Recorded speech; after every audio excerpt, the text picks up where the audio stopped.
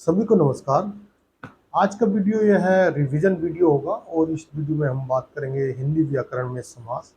आपने अगर एक बार भी समास को पढ़ा है या थोड़ा सा भी आपने ध्यान देके पढ़ा है और उसके बाद ये हमारा वीडियो देख लेंगे तो समास से कोई भी क्वेश्चन आएगा तो आप आसानी से कर पाएंगे, क्योंकि हम इस वीडियो में आपको इतनी अच्छी जानकारी देंगे कि आप इस वीडियो को देखने के बाद कोई भी क्वेश्चन समास के संबंधी नहीं छोड़ सकते। तो दोस्तों ज़्यादा बात नहीं करते हुए चलते हैं। सबसे पहले तो समास होता क्या है? तो दोस्तों समास का मतलब है संक्षिप्त, यानी संक्षिप्तकरण। कोई भी शब्द का संक्षिप्त रूप जो समास कहलाता है। जैसे कि मान लिया रसोई के लिए घर, हम वो शॉर्ट में बोलते हैं, उसका संक्षिप्त रूप है रसोई घर। तो दोस्तों समाज रचना में जो दो पद होते हैं, जो समास होता है उसमें जो है दो पद होते हैं। एक पद होता है प्रथम पद और एक पद होता है द्वितीय पद, या उसको उत्तर पद भी बोला जाता है। दोस्तों किसी जो समास के अलग अलग प्रकार भी हैं, किसी में प्रथम पद प्रधान होता है, किसी में द्वितीय पद प्रधान होता है, और किसी में प्रथम और द्वितीय दोनों होते हैं, और किसी किसी में ऐसा भी होता है कि प्रथम और द्वितीय पद कोई सा भी प्रधान नहीं होता और तीसरा ही पद प्रधान होता है। तो दोस्तों आपको बस यहाँ पर यही समझना है और इस चीज़ को हम आपको समझाने की कोशिश करेंगे। लेकिन समाज से संबंधित जो कुछ क्वेश्चन आए हैं या कुछ जो पूछा जाता है, थोड़ा सा मैं वो भी बताना चाहूँगा। एक आता है समासिक शब्द, यानी मतलब कई बार क्वेश्चन आया है एग्जामों में कि समासिक शब्द क्या होता है।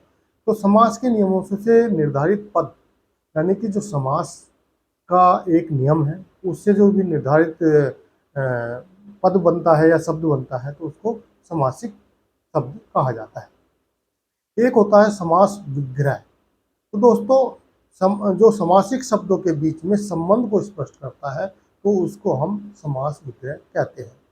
अब ये तो दोस्तों दो शब्द ऐसे हैं जो इनसे कभी कभी समासिक शब्द या समासिक विग्रह क्या होता है इसके बारे में भी समास में समास से क्वेश्चन आता है। अब दोस्तों मैं बताता हूँ आपको पदों के, जो समास में मेनली होते हैं दो पद होते हैं। एक होता है प्रथम पद और दूसरा होता है द्वितीय पद। तो दोस्तों एक जो है एक समास ऐसा है जिसमें पूर्व पद होता है, प्रधान होता है, यानी कि जिसको बोलते हैं हम अव्ययभाव समास। अव्यय यानी कि उसमें कोई ना कोई अव्यय लगा होता है।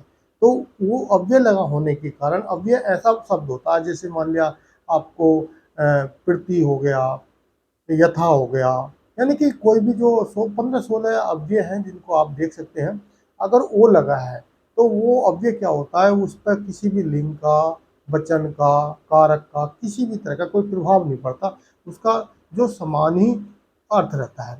तो जिस भी जैसे अव्यय समास है, अव्ययभाव समास बोलते हैं। तो अव्ययभाव समास में क्या होता है दोस्तों, उसमें प्रथम पद आपको प्रधान मिलेगा, यानी कि प्रथम पद प्रधान होता है।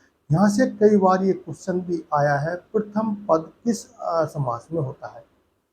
तो दोस्तों बिल्कुल आप आंख बंद के अगर इस तरह का क्वेश्चन आ जाता है तो आप वहाँ पर आराम से टिक कर सकते हैं या अपना क्वेश्चन राइट कर सकते हैं कि अव्ययभाव समास में प्रथम पद प्रधान होता है। अब आता है उत्तर पद या द्वितीय पद। सॉरी दोस्तों।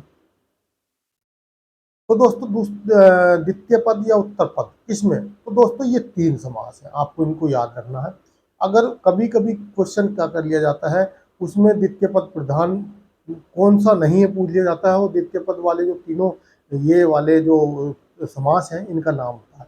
सबसे पहले तत्पुरुष समास, तत्पुरुष, कर्मधारय, उद्दीगु, ये तीनों समास जो हैं इसमें द्वितीय पद प्रधान होता है। तो आपको याद रखना है कि द्वितीय पद या उत्तर पद किसमें प्रधान होता है। एक प्रथम पद सिर्फ एक ही समास में होता है, इसमें अव्ययभाव में।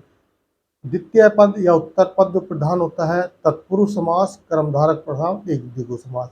अब इसके बाद आता है दोनों पद किसमें प्रधान होते हैं, तो दोस्तों वो होता है दंत समास, यानी कि उसमें दोनों पद प्रधान होते हैं। तो इससे भी क्वेश्चन आया है ऐसा कौन सा समास है जिस, मैं समास के बारे में जो कुछ उदाहरण है वो तो बाद में बताऊंगा, जो इससे पहले समास के संबंधित क्वेश्चन आते हैं अभी मैं उसमें आपको थोड़ा सा रिवीजन करा रहा हूँ। मैं बहुत देखो समास एक काफ़ी बड़ा चैप्टर है, लेकिन जो मैं आपको शॉर्ट में बिल्कुल कम से कम समय में बता रहा हूँ। अगर आपने पढ़ रखा है तो आपको ये चीज़ें, अगर आपने एक बार हमारा वीडियो देख लिया तो पक्का आराम से कर पाएंगे। तो दोस्तों दोनों पद जो प्रधान होते हैं वो द्वंद्व समास में होते हैं, यानी कि उसमें आपस में दोनों में द्वंद्व होता है। जैसे माता पिता, रात दिन, ऊंचा नीचा, काला पीला। यह एक होता है जिसमें ना प्रथम पद और ना उत्तर पद, यानी कि प्रथम और द्वितीय पद कोई भी प्रधान नहीं होता और उसका तीसरा ही कोई पद प्रधान होता, तो उसको बोलते हैं हम बहुविग्रह समास। तो दोस्तों यहाँ पर आपको समासों के बारे में पता चल गया होगा। पूर्व पद अव्ययभाव में दोनों कर्म में द्वितीय पद जो तत्पुरुष कर्म और द्विगु समास में दोनों पद प्रधान होते हैं द्वंद्व समास में, और अन्य पद प्रधान जो होता है वो होता है बहुविग्रह समास में। अब दोस्तों चलते हैं हम थोड़ा थोड़ा इन समासों के बारे में। मैं आपको सिर्फ हिंट दूंगा, ज़्यादा से ज़्यादा आपको नहीं बताऊंगा, लेकिन आपने अगर इस हिंट को यानी कि इस प्रैक्टिस को पकड़ लिया तो आप आसानी से वहाँ पर अपना जो कोई भी क्वेश्चन आएगा समास से संबंधित कर सकते हैं। तो चलते हैं सबसे पहले अव्ययभाव समास। तो दोस्तों अव्ययभाव समास में मैंने पहले ही बता दिया प्रथम पद प्रधान होता है। तो प्रथम पद क्यों पूरे समास जितने भी समास है क्यों प्रथम पद प्रधान होता है, उसका एक कारण है उसमें जो है अव्यय लगा होता है। अव्यय में हमने जैसे यथा हो गया, प्रति हो गया, आ हो गया, या जितने भी अव्यय हैं, जब हो गया, तब हो गया, ये सब अव्यय हैं, यानी कि जिन पे किसी भी कारक का, वचन का, लिंग का कोई प्रभाव न पड़े तो उसको हम अव्यय कहते हैं। और जो आपको अव्यय का अलग से एक बार देख लेना है कौन कौन से हैं, जैसे आ हो गया, यथा हो गया, तो आपको समझ में आ जाएगा। तो यानी कि जिसमें अव्यय लगा हो वो अव्ययभाव समास होगा और उसका प्रथम पद प्रधान होगा। जैसे यथा शक्ति, यथा अव्यय है तो शक्ति, यथा नियम, प्रति वर्ष, आ जन्म, प्रति एक, प्रति यूनिट, यानी कि ये क्या होगा अव्ययभाव समास होगा। तो आप आसानी से कर सकते हैं। यह अव्ययभाव समास में कहाँ से क्वेश्चन आएगा, या तो प्रथम पद के बारे में पूछा जाएगा या अव्यय के बारे में पूछा जाएगा। दूसरा होता है तत्पुरुष समास। अब तत्पुरुष समास में दूसरा पद या उत्तर पद प्रधान होता है, लेकिन यहाँ पर थोड़ा सा तत्पुरुष के भी अलग अलग वो है। तो उसमें आपको एक सूत्र याद करना है, कर्ता ने कर्म को करण से संप्रदान के लिए अपादान के लिए, ये इस तरह का आपका एक सूत्र बना है। तो तत्पुरुष में है आपको नॉर्मली ध्यान रखना कि दूसरा पद प्रधान होता है।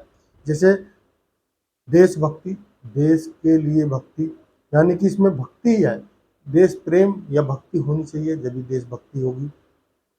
अब इसके जो अलग अलग है, जैसे संप्रदान तत्पुरुष है, तो संप्रदान के लिए यानी कि विद्या के लिए विद्यालय, तो विद्या के लिए आलय, तो उसको हम क्या कहेंगे विद्यालय कहेंगे। इसी प्रकार अपादान से होता है, तो जैसे पाप मुक्त, तो पाप से मुक्त हो गया। संबंध के काकी के जिसमें कोई जैसे राजा का पुत्र राजपुत्र हो गया और देवपुत्र देवी का पुत्र हो गया। अधिकरण के में कार्य कुशल, जैसे कार्य में कुशल। तो दोस्तों ये हो गया आपका तत्पुरुष समास। सब तत्पुरुष के तीन चार वो है, तो इसके छः, वैसे तो टोटल छः इसके अलग अलग भेद हैं, लेकिन इतना आपको ज़्यादा इसमें जाने की जरूरत नहीं है। बस ये याद रखना कि द्वितीय पद प्रधान होता है और इसमें का, की, के, रे, द्वारा इत्यादि जो शब्द आएगा वो होगा। आप इसके लिए यह रखना। अब है कर्मधारक समास, तीसरा प्रकार का। कर्मधारक प्रधान क्या है, इसमें भी अब मैंने बताया तीन ऐसे समास हैं जिनमें द्वितीय पद होता है। सबसे पहले तो तत्पुरुष समास हो गया, फिर कर्मधारक प्रधान हो गया, फिर द्विगु समास हो गया। द्विगु में क्या आएगा तो वो आगे बताऊंगा। कर्मधारक समास क्या होता है, उत्तर पद प्रधान होता है। जैसे चरण कमल, कमल के समान चरण, यानी कि यहाँ कमल जो है मुख्य पद है, इसका जो है उत्तर प्रधान है, यानी कि कल्पना की गई है कमल के समान चरण। लाल मणि, लाल है जिसकी मणि।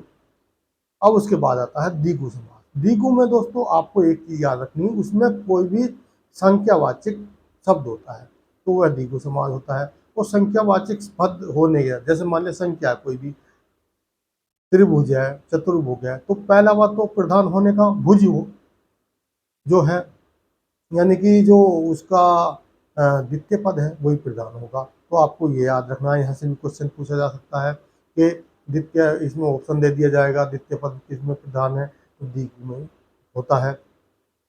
और द्विगु में एक देखने वाली बात यह है, सबसे सरल, इसमें कोई ना कोई संख्यावाचक शब्द होगा, जैसे नवग्रह, नौ ग्रह का समूह, त्रिलोक तीन लोकों का समाहार, त्रिभुज तीन भुज वाला, चतुर्भुज, नवमी या एकादशी, इस तरह कोई भी संख्यावाचक शब्द होगा तो वो कौन सा होगा, द्विगु समास।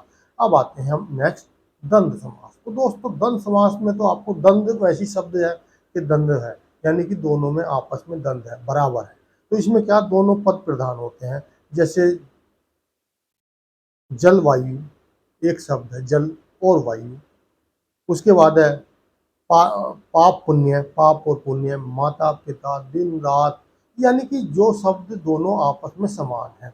भाई बहन, माता पिता, क्या नाम, मतलब सुबह सुबह शाम, रात दिन, ऊंचा नीचा, काला पीला, या कोई भी दो समान जिसमें सम्मान हो तो उसको हम द्वंद्व समास कहते हैं। अब आता है लास्ट में बहुविग्रह समास, जिसमें कोई भी पद, यानी कि आपको हिंदी की थोड़ी जानकारी है और आपको थोड़ा सा कोई शब्द दे दिया गया, उससे लगता है कि इसका मीनिंग ये हो सकता है, आप ये मान के चलो, वो अगर आपको निकालना आता है मीनिंग तो आप आराम से बहुविग्रह समास कर सकते हैं।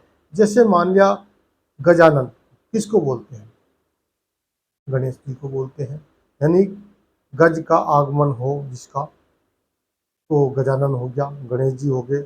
नीलकंठ, नीला है कंठ जिसका, तो वो कौन शिव होते हैं। वीणावाजी, वीणा है, वीणा है जिसके हाथ में। तो दोस्तों इस तरह करके बहुविग्रह समास, यानी बहुविग्रह समास में कोई भी पद प्रधान नहीं होता है, इसमें तीसरा पद प्रधान होता है। और इसमें क्या है, दूसरा ही गजानन का मतलब उसका कोई पर्यायवाची शब्द होता है, तो उसको हम बहुविग्रह समास कहते हैं। दो या दो से अधिक शब्दों के से मिलकर बने शाब्दिक अर्थ को ही समास कहा जाता है। तो दोस्तों आपने अगर समास पढ़ रखा है और आपने मेरा थोड़ा सा वीडियो ध्यान से देखा, तो आप कोई भी क्वेश्चन आएगा आराम से कर सकते हैं। फिर मैं बता रहा हूँ, समास जो है, समास का शाब्दिक अर्थ है, संक्षेप है शब्द। और समास में जितने 6 प्रकार के समास हैं, पहला पद प्रधान होता है, इसमें अव्यय में, अव्ययभाव समास में इसमें अव्यय लगा होता है। द्वितीय पद होता है तत्पुरुष समास में, कर्मधारय द्विगु समास में। और उसके बाद फिर दोनों पद प्रधान होते हैं द्वंद्व समास में। उसके अलावा जो है आपका बहुविग्रह समास में कोई भी पद प्रधान नहीं होता। इससे भी एक क्वेश्चन आ सकता है, थोड़ा सा आपको यही ध्यान रखना है। और आपने अगर पहले से पढ़ रखा है, ये वीडियो देख लिया, तो आप आसानी से कर पाएंगे। वीडियो देखने, थैंक यू, धन्यवाद।